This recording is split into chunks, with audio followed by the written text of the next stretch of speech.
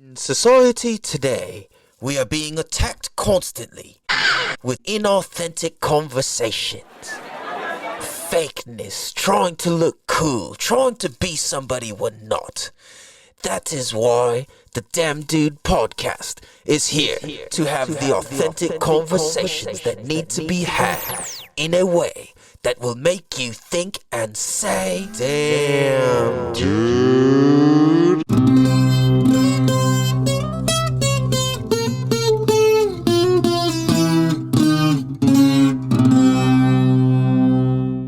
Damn Dude. Damn, dude. What up, everybody? What is good? Welcome to the Damn Dude podcast. Damn Dude. Damn, dude. This is season 5, episode 7, and this is a show where we have the conversations that need to be had in a way that'll make you think and say, damn, dude. Damn Dude. Damn, dude. The theme of this show is authentic conversations, vulnerable sharing in ways that are not sissy-like, but actually empowering for men and women and those who are really doing the work specifically. That's really who the show speaks to. So I'm your host, California Cal, and man, oh man, I almost feel like I forgot how to talk on a podcast or on a microphone because it's damn near been so long. For that, I apologize once again, you guys. I've been off my podcast game. But you know what? The show is still in the top ranks, and all the older episodes are still going and revolving and evolving and doing their thing, and they're still going around the world. So I appreciate that, you guys. Man, so where do we start? A lot of people liked the last episode. I've gotten some pretty decent feedback off of that. And so, man, where do we start, you guys? What's new? Well, I've turned 40. So that's pretty cool. But you know what? Before I go into that, I want to say, being that this is episode 7 of season 5, and it's like damn near the end of the year and almost going to be season 6, I clearly have not been doing enough with this. And I'm like, oh, shit. I feel that. Again, I feel blessed that the show is still in the top 10% rated podcast and that it's still going somehow. And that's kind of what I wanted to create with this is timeless conversations and topics that it doesn't really matter how much time has gone by or what happens, is that it's relevant due to the authenticity and truth that it is and holds within itself. So that's a big thing for me. So diving into this again, I've turned 40, the big 4-0 on December 2nd. And I also completed 75 hard the day before turning 40. And I've been maintaining pretty decently. I got fat over like 1 week during holiday stuff when we went out camping and just been all over and was eating s'mores with the kids. I ate Taco Bell once or twice. I had some Mexican food, a few things to where it's like, I can actually feel it. And it's like, oh snap. Okay, dude, check your health, check your exercising, all of that sort of stuff. Right. So it's like, why did I choose to do 75 hard again and complete it? Was I really wanted to enter my 40s healthy as could be. And if not healthier than ever. And I feel like I accomplished that in a lot of ways. The one thing that was really fascinating to me was like how much my body responds differently to exercise, working out, all of that. Like I did not lose as much weight, like specifically in my stomach area as I was hoping. And I did a bunch of stomach workouts. I did a bunch of running and cardio and da-da-da-da-da. And don't get me wrong, I did lose a good amount of weight and got into pretty good shape. But it's not like before. Like in my younger days, I could literally take 3 days, get fat, and then in 3 more days, get back to how I was before getting fat. So it's interesting to see how different my body reacts from being 20 to being 30 to now being 40. I have to really be so much more intentional with my food, my exercise, my spiritual state, my mental state, because they're all related. And that's a thing that I've really learned over all these years is like, dude, your mental state truly, truly has such a deep and dramatic effect on your physical state. And that's a good thing if you can be aware of it, right? And like get to tuning it and fine tuning it. Because without it, we're kind of just like chancing all of life. And it's like, oh, well, this job will make me happy, or this da-da-da will make me happy. This relationship will make me happy. This blah, blah, blah, blah, blah. And it's like, no, none of those things make you deeply happy, make any of us deeply happy. Really, they either enhance or take away from the state that we truly authentically are without any of those things. Because what if you didn't have a job? Could you still be happy? What if you didn't have your activities in sports? Could you still be happy? What if you didn't? Like for me, it's like if I remove surfing, off-roading, and motorcycling and skateboarding from my life, can I still be happy? That's a hard test for me. Because I love those things so much, right? And I've learned how to be happy and whole and complete without my activities, I feel. Without business thriving, without doing my most preferred like sports and hobbies on a regular basis. And more so just coming from a place of gratitude and appreciation for life, for waking up, being able to pray, being able to talk to God, being able to meditate, being able to practice gratitude. Like those things make me happy to be able to do those, to be able to pray for others, to be able to wish well for others, to be able to want to see people win. And that's been a big thing for me because a lot of my life I've just been like me first. How can I get to this line before everybody else? How can I, like, I was very much like that. Now I'm like, bro, like, we're all in this together. Let's share appropriately, you know? Not to say I'm going to like chump myself out and just be like, oh, like, what's that word? A martyr? I don't know if that's the right word.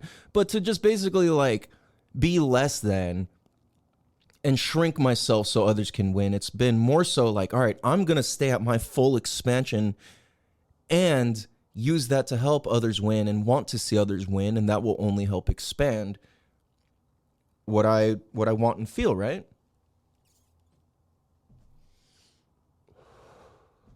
And also, I haven't been smoking weed. I smoked a little here and there for like some special occasions. But right now, I'm smoking a Black and Mild. And it's just been such a good, like, well, I don't know if that's the right way to say it. But I've been smoking Black and Milds occasionally. And it's like, it feels nice, dude. It kind of takes me back. It's like, I love smoking things. I love fire. I love smoke. I love like all that sort of shit. I know it's weird. It sounds weird. I'm just one of those people.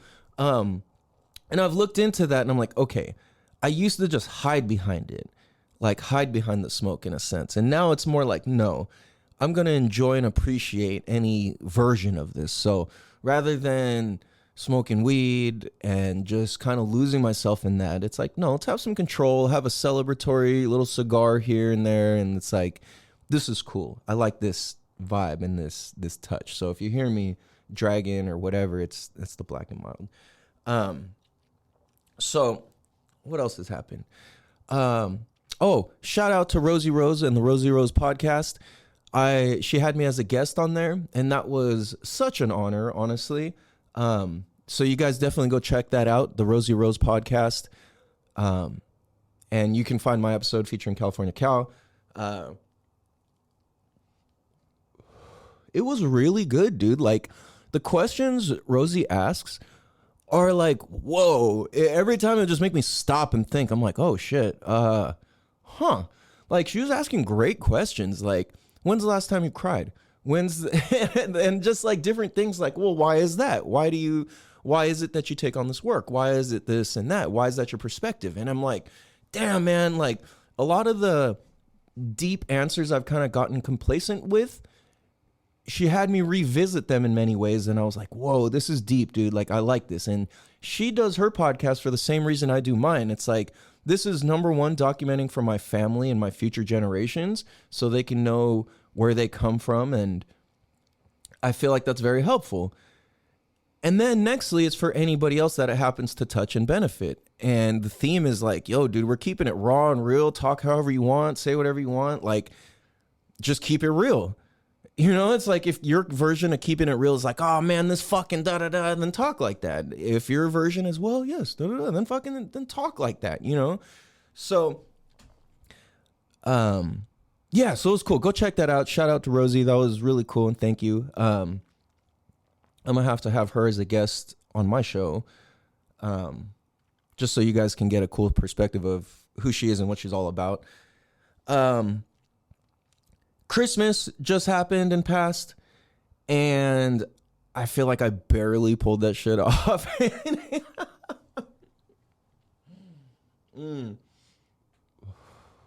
you're a parent, if you're an entrepreneur, you know how that can go.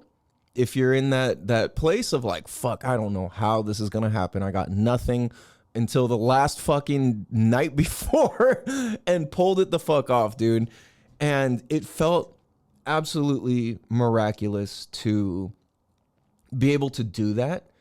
My kids got more than they could want or need. They got the things that, you know, they really loved. And the biggest thing that I feel like that my lady and I were able to provide for them was a dope ass trip, dude. And what we did was we went out to the desert. Well, first, okay, let me back this up a little. Me and my lady went to Joshua Tree together, and that was cool, very needed. And it was one of those trips where it was like unwinding, but also like when we were done, it was like we needed a vacation from our vacation, sort of thing. And if you've ever had one of those sorts of vacations, you like, you know what I'm talking about. It's just like, damn, that was so chill and fun and all of that, but fuck, I need a vacation from my vacation, man. So then literally like within the next maybe next day or two of coming home, I made a pretty good sale happen and made a good deal to where it's like, dude, we got Christmas money. Oh shit. And it wasn't anything dramatic or insane or like incredibly impressive, but it was enough to make what we needed to happen and wanted to happen. And one thing I've been wanting to do so badly is take the family out in the Land Cruiser and cruise that land. So we loaded up the kids. My oldest couldn't make it. He had to work and he was doing his own thing. But we went out to the desert and there was damn near nobody out there, dude. Like nobody. Like if you've gone out to like Ocotillo to where there's street signs in like, if you know what I mean by that, you know what I mean. Like on the left side, what is that? The north side of the 78. Where like there's the ranger station and all the roads are established. We literally saw three, maybe four people pass by the entire 2 days. Like literally, which is crazy because normally it's like 100 people will fly by you or whatever. We weren't even going to camp there. Like my campsite is on the south side of the 78, all the way down by the train tracks at the end of the mountains, basically. And, I go out there because there's nobody out there. So like you're lucky if you see one person for several days. So the populated side had that effect to where there was nobody. I'm like, man, let's just camp here. This is easier. And I have what my family kept making fun of me of is my camp. It's like, I don't own it, but the fire pit I built there like 20 years ago still exists. And every time I go, that camp is open for me. So I call it my camp. I don't own it, but I fucking feel like I do.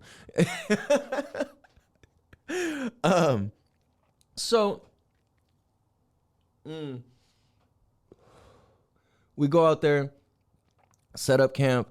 The weather is perfect. The sand, the dirt is perfect. There's no wind, nothing. All of a sudden, we get rain. So, hold on. Let me back this up a touch. So to preface this, I filled up a 5-gallon water jug, just like, you know, those big plastic jugs. And that was going to be the water for the whole family for our trip. We're going to do 2 days there. And we get to the desert like pretty early, like midday. And as soon as I show up, we're off-roading through the trail. And I'm not going to burn out my spot and say exactly where it is. But the road to get to my camp, it's a pretty bumpy one. I've blown out shocks in my old truck. Tie downs have snapped on me going through this trail. It's a pretty gnarly trail, and it's like pretty sandy, so you can get stuck. So you really do have to just mob it. And I'm going through, and my Land Cruiser can basically like go through fucking anything, dude. Like literally, it's lifted. It's got like a 4-inch lift. It's on 35s. It's all-wheel drive. It could just go, right? So I'm not too worried. But there is a spot where I did have to stay on it, and it doesn't matter what you're in. You could definitely get stuck if you let off the gas. For those of you who've driven in the sand, you know the moment you let off and you stop, the tires just dig a hole. You have to stay floating on top of the sand. So we hit the bumpiest part of the road, smash.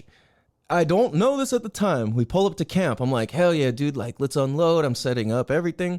The first thing I go to pull out is my 5-gallon water jug. And guess what? A 5-gallon water jug is heavy.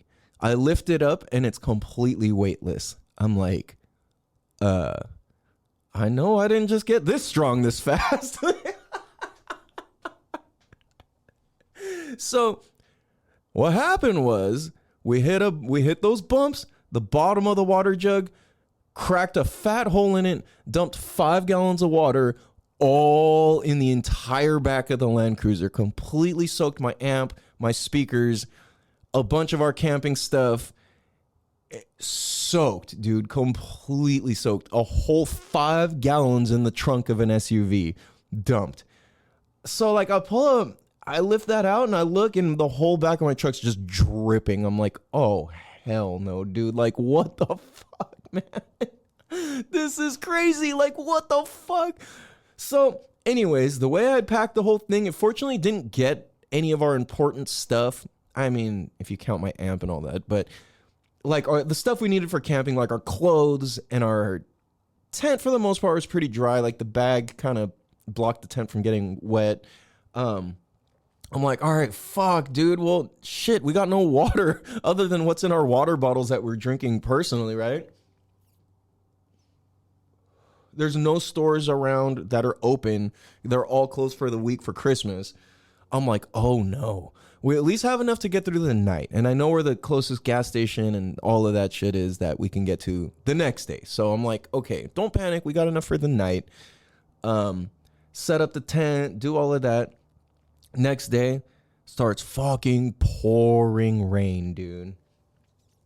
Damn, dude. And if you're a desert goer, you know that rain in the desert is pretty freaking rare. And when it is raining, flash floods can happen so easily, like instantly. Like the shit will literally just create a whole river down the wash. Like literally to where if you get caught in it, you're either dead or stuck for like 2 days and you're going to be sitting on top of your car if the whole thing didn't take your car downstream. If you've never seen a flash flood in the desert, go look it up on YouTube or something like that. You see one little like trail of water. If you see that, you need to get going, like literally, because in the next several seconds and minutes, that shit is going to be flooding like a real full-on raging river, dude. And so we camped that first night. No rain. We wake up the next day. We're just doing our thing, taking our time,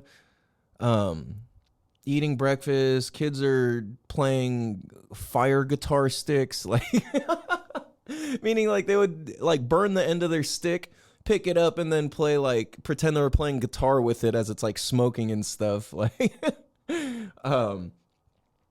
and just throwing papers in the fire, throwing wood in the fire. Like it's so much fun as a kid to do that, and as an adult, honestly, I love throwing shit in the fire.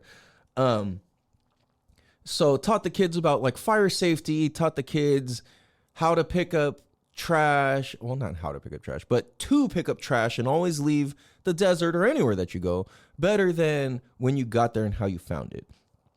So they really took that in, Taught them, like, dude, around these campfires, you got to watch for nails and glass. There's tons of it all the time. You never park close to it. You don't drive close to it. If you're going to walk around it, don't walk around close to those barefoot. Right? So we all sleep through the night. We have an air mattress for my lady and I. And so the next day, where I left off, it was raining. It starts raining, and I'm like, oh, shit. Okay. It wasn't flash flood level type of rain. It was enough to soak and flood our tent and soak blankets, soak the air mattress, all of that. So while that's happening, and I'm like running around trying to like just kind of save and salvage whatever I can because we're supposed to sleep there one more night, I'm drying out, like, so the rain stops and I'm drying out all the blankets and clothes and everything out by the fire. And I'm like, yes, I literally got everything bone dry and even warmed up. I go to dry out the air mattress, and it's like, my girl's, she can handle a lot. And she was being pretty rugged with us the whole time. But like the air mattress was like her last thing of comfort. And you know, it's like, your lady needs to be comfortable, dude. And so I'm trying out the air mattress by the fire, literally not even close to it, to where I could just hold my hand there. I had blankets sitting there for like an hour and a half without getting burnt or crispy or anything. I put the air mattress the same distance away. Pop! I look at my girl. She looks at me, just eyes like, what the fuck? And I was like, oh my gosh, I'm so sorry.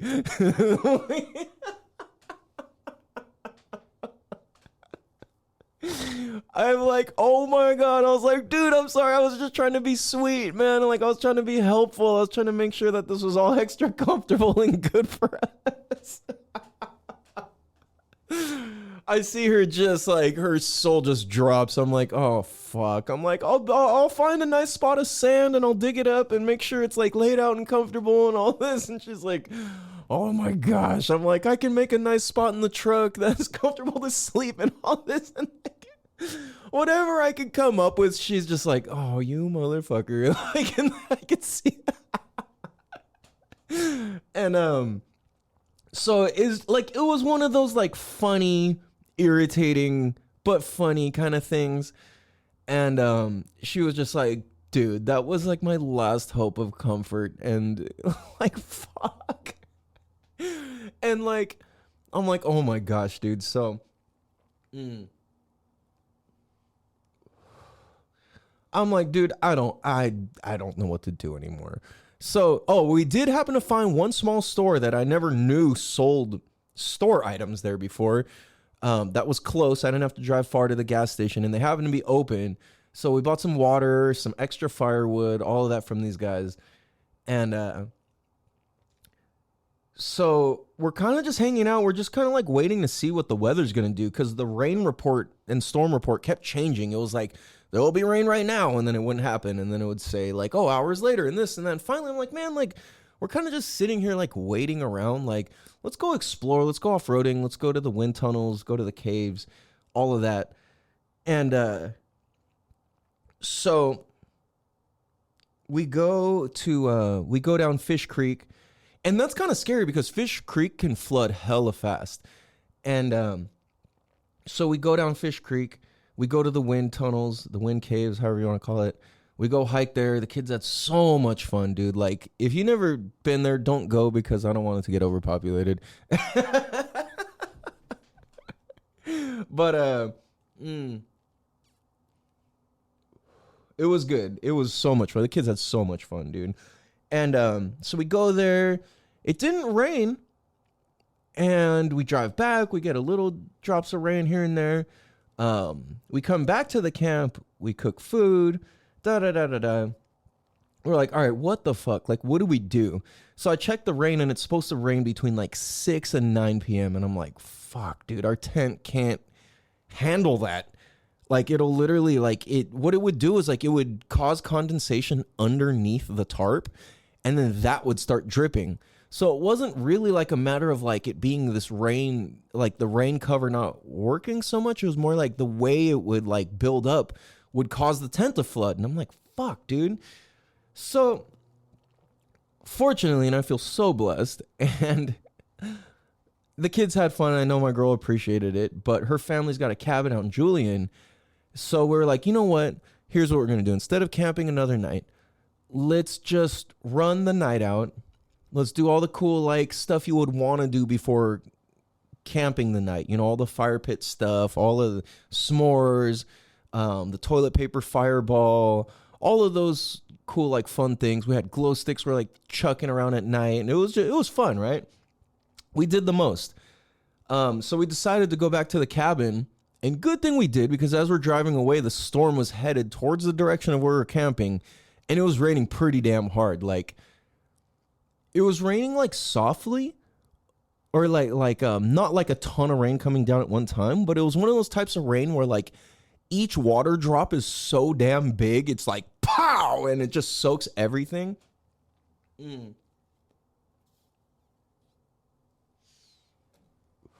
So we decided, like, dude, okay, good call. So we drive back to Julian, we camp there, we get to sleep in a bed, get to sleep indoors, we got a heater, running water.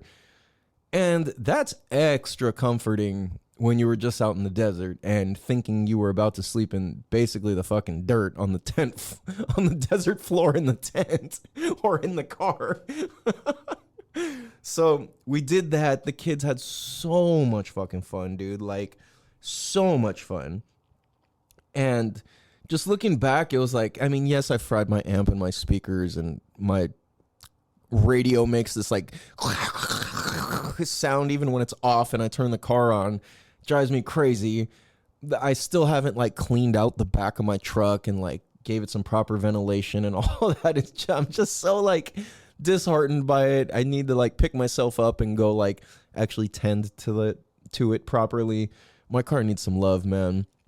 It got its ass kicked out there, but it did so freaking good. Also, what, yesterday or day before, my car hit 260,000 miles, which is impressive and not impressive for a Land Cruiser. Like, they're known to go to 400,000 miles. But yeah, but also I'm like considering selling it, but I just keep going back and forth. I don't know. The kids love that car so much. It's hard. But anyway, that's a whole nother story.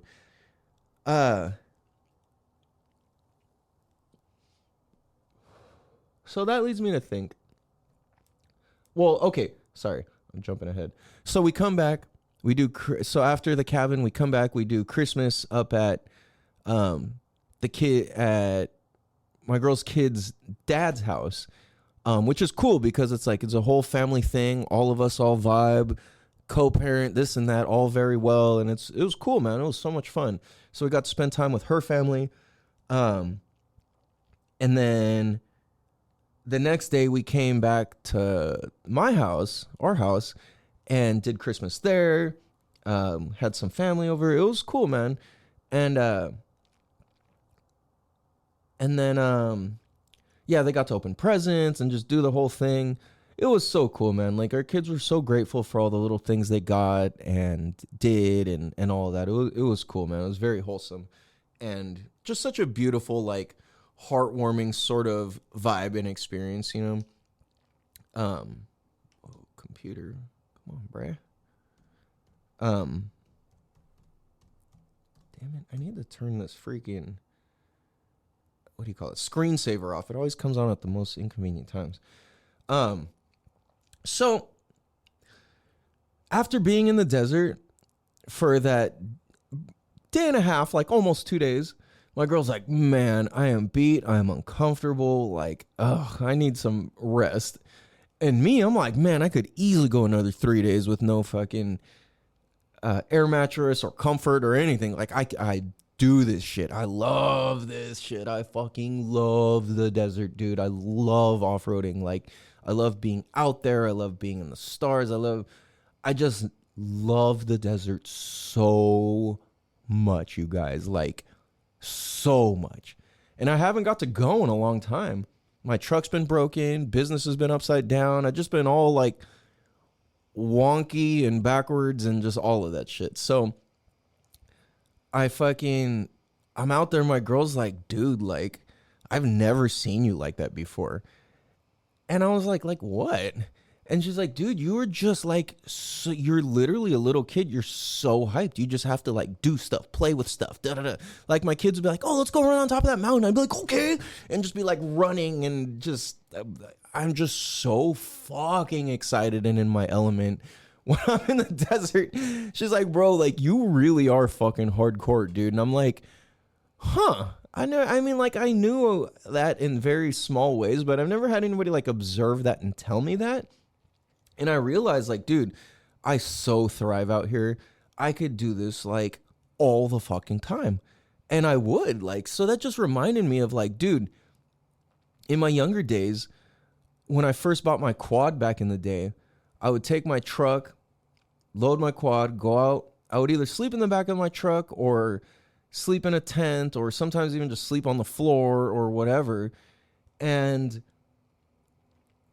I would just go. Like, there'd been so many times out in the middle of the desert, it would be literally me by myself.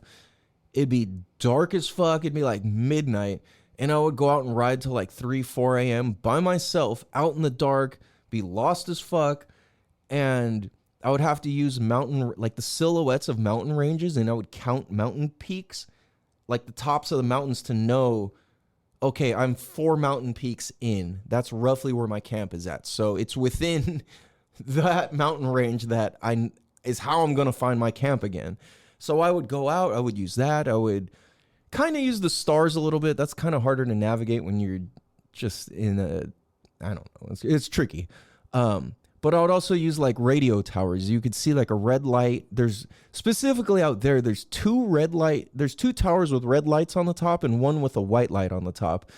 And I would use those in correlation to the correlation or relation. I don't know the right word to use for that, but in relation to the mountain peaks. And that's how I would find camp again. And that's how I would navigate, because you're just out there and you can only see what's in front of you with your lights.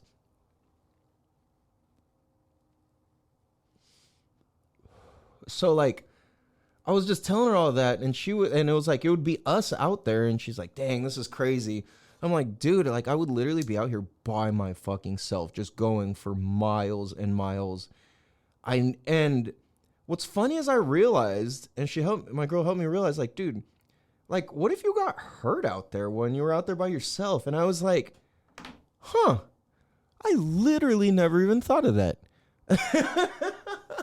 Like, that's what's kind of funny is like, I think that's what would allow me to go and just cruise the desert by myself for miles and hours, would be like, I had no consideration of getting hurt. I'm like, it is literally not an option or a factor. I will find a way back. And there's been times I ran out of gas. I had to flip to reserve tank.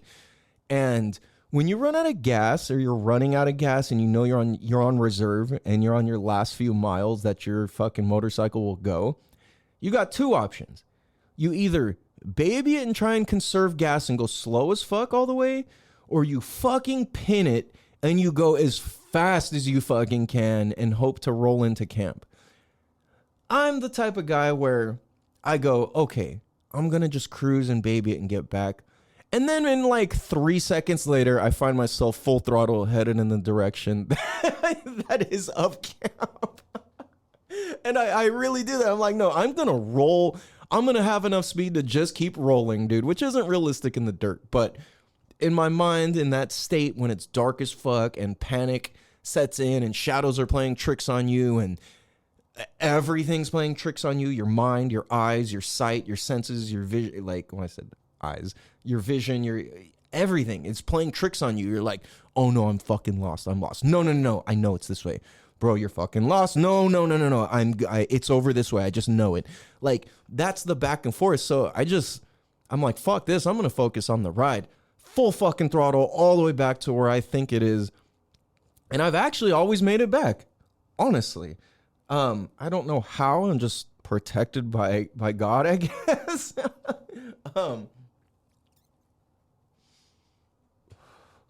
And I realized it's like why I ended up with Live to Ride tattooed on my chest after I broke my skull, neck, and back out in the desert on a quad, that same very quad. Because I love that shit and it fuels and feeds my soul to such a high degree. Now, the difference is I used to use that for my happiness. Now I've learned and realized, okay, my happiness is independent of the things that are fun and bring me happiness. Because the things that bring us happiness are not the things that actually deeply, truly make us happy. Damn, dude. Damn, dude. And I've learned this with surfing and motorcycling / off-roading. Because I would use those things to make me happy for so long. And then when I wouldn't have it, I would be so unhappy. Life would force me to be injured. Life would force me to put me into weird circumstances and all this, but it was like really my own doing because I was putting my happiness onto something. And we can't do that if we really want to be deeply happy. So realizing that, it just hit me so deep. I'm like, fuck, dude, I realized how much I used to do all this out of ego. And yeah, it's just my own personal fun, but my ego had so much to do with it. And by ego, I'm referring to it in the sense of needing this external thing to make me happy. And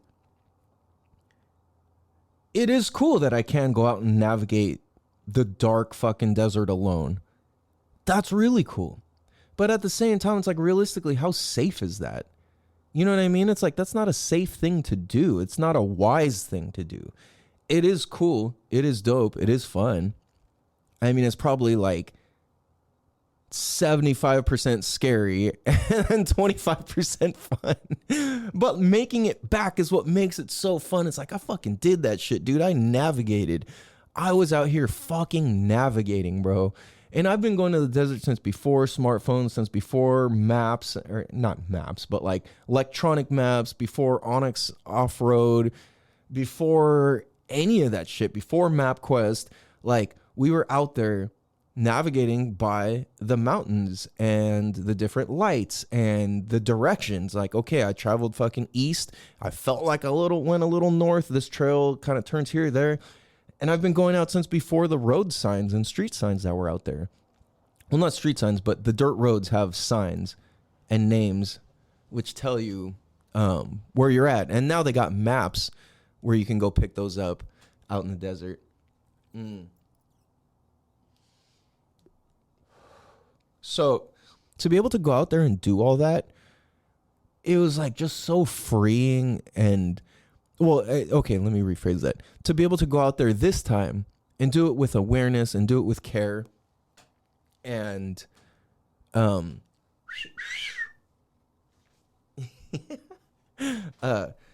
go out there and like have it be not about me was the coolest thing. And that just hit me right now. Like, because really we had this was the trip where I had the most people to care for and the least amount of supplies to do it with. And the least amount of space to carry things. Like, normally I'll bring a trailer, I'll bring a whole freaking, I'll bring my own mattress, I'll bring my own table, I'll bring my own grill and this and all these utensils and all these things that really help make it easy. And over the years, I've either like sold them, lost them, they've deteriorated and just gotten old and had to get rid of them, whatever it may be. And this time it was like, dude, I got 3 kids and a girl to like really watch out for. For me, I forgot even like a hoodie. I didn't even bring real pants. I didn't even bring real shoes.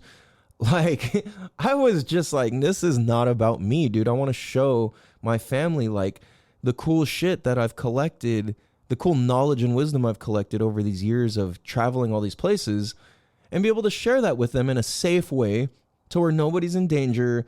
We're not worried about getting home. We're not worried about getting lost. Like, I made sure I was like very safe and very intentional the whole time. And that brought such like a new perspective to it. And it's funny that like me doing it that way, my girl's still like, bro, like, you're crazy out here, dude. And I'm like, dude, this is me in my most chill I've ever been out in the desert, dude. And she grew up going to the desert too. So I'm like, whoa, okay, how fucking intense have I been about all this? But like I look at it and it's like, dude, I love feeling the terrain. I love the feeling of like each tire and each corner of suspension and the different like power to weight ratio of the vehicle that I'm cruising in with in relation to how many people are in it and how it just, I love every element of it. The smell, I love the navigating. I love the fact that the desert out there is literally the bottom of the ocean. You see seashells everywhere. And like the bottom of the ocean is like one of the most mysterious things in the world. And to be able to know where I'm going along the bottom of the ocean and I'm carrying my family in this huge fucking vehicle that's like just going and doing it. It's like, this is so freaking cool, dude. It's like the closest I can get to being like an explorer of my time. You know, like I love that. I'm like, dude, this is freaking cool, man. This is what this is about. Navigating, being free, like having the stars, the sky, the camaraderie, the like, dude, we're all in this together sort of vibe. Like it feels so good, dude. And I just love it so much, man. And to me, it's not about the aesthetic. To me, it's not about the persona or any of that. It's like, dude, I love this.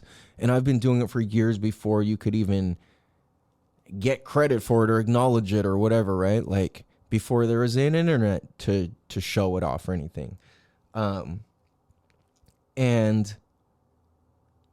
it just so refreshed my soul to the highest degree. And I was literally like high off of the desert trip for like 3 or 4 days. And then the past like 3 days, my body's just been in absolute recoup mode. I've been sleeping in later than I normally have, been falling asleep earlier than I normally do.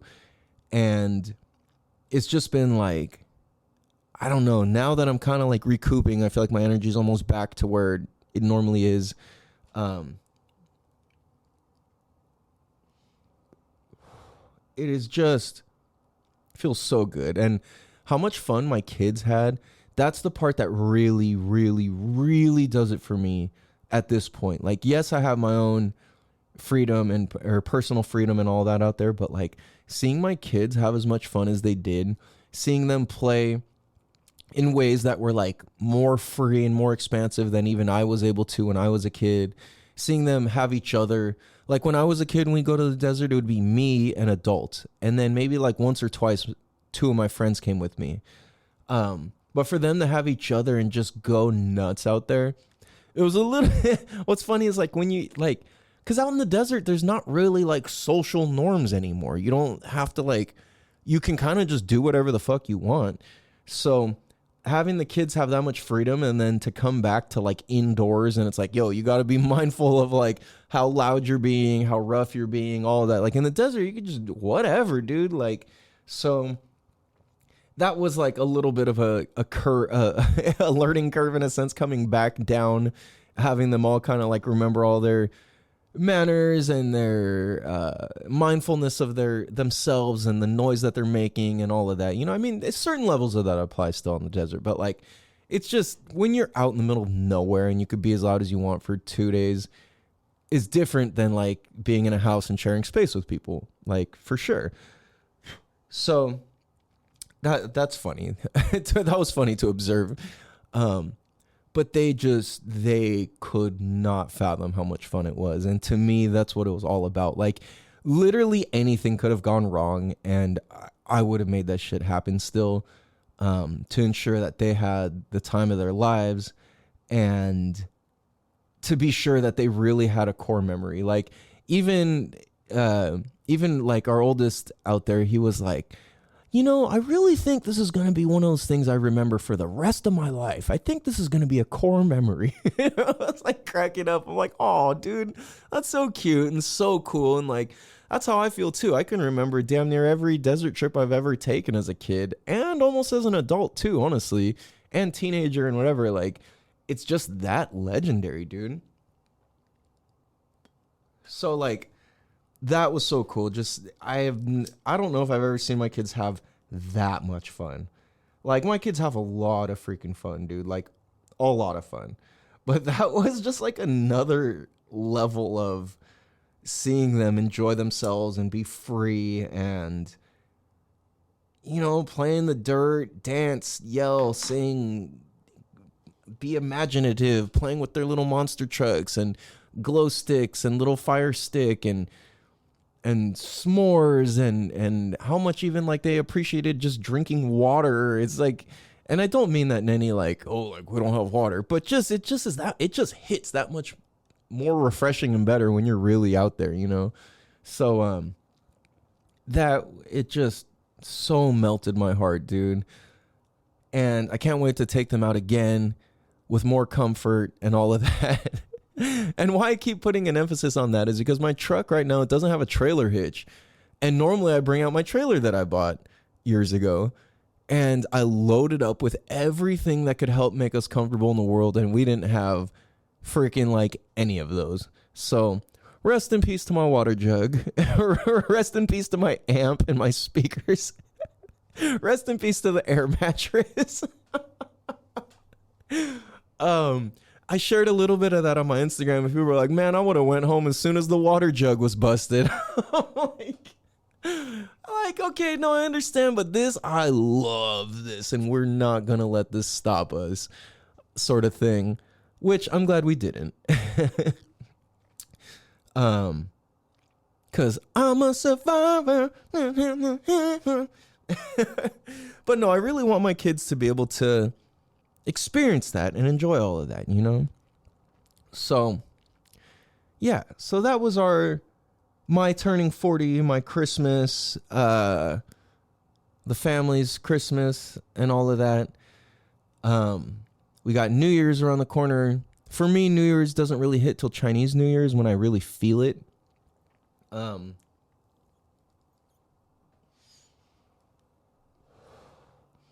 I'm excited I've kind of had like a new thing refreshed for me for like operating business, how I want to do it, what to do, all of those sorts of things.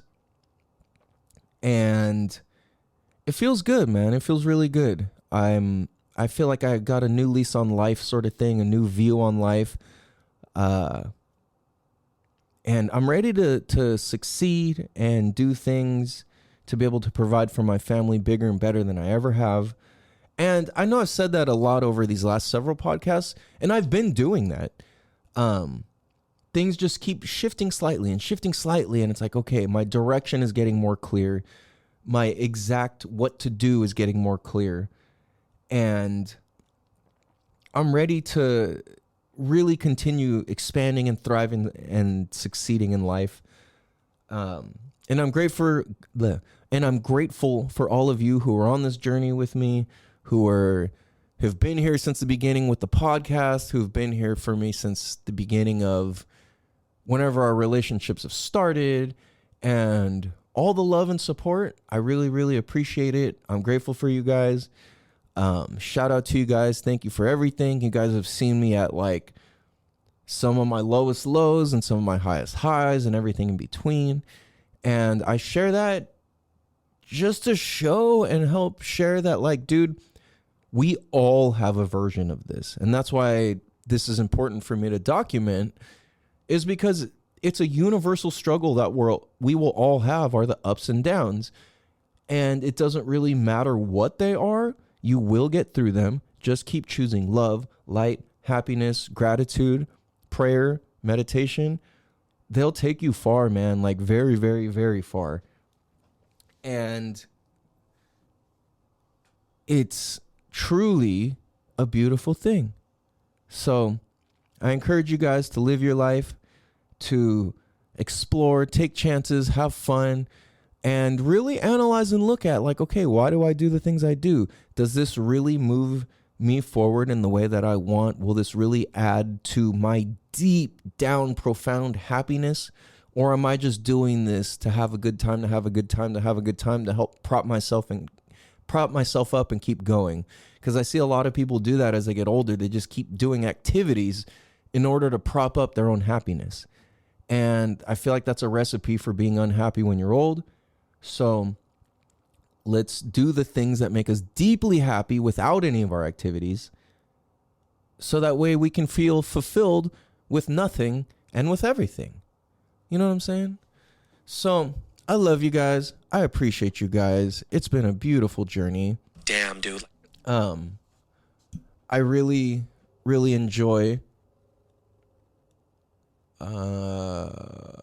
Sorry, my soundboard's being weird. What is happening? Hold on.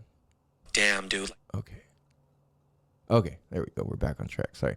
But yeah, no, I appreciate you guys. Thank you guys for being along for the journey, and I appreciate your journey and for doing everything that you guys do. Hope you guys have a beautiful day. This is the Damn Dude Podcast. This will be, and has been, and will continue to be the Damn Dude Podcast. This is season 5, episode 7. Next month, at the end of the month, we roll into season 6. And my goal for the podcast is to make sure that I hit you guys with more regularly scheduled podcast episodes. Because I know there's a lot of people that get a lot from this, and it really helps. So thank you for that. Thanks for allowing that for yourself with this. I love you guys. I appreciate you guys. Hope you guys have a beautiful day. Much love. Peace.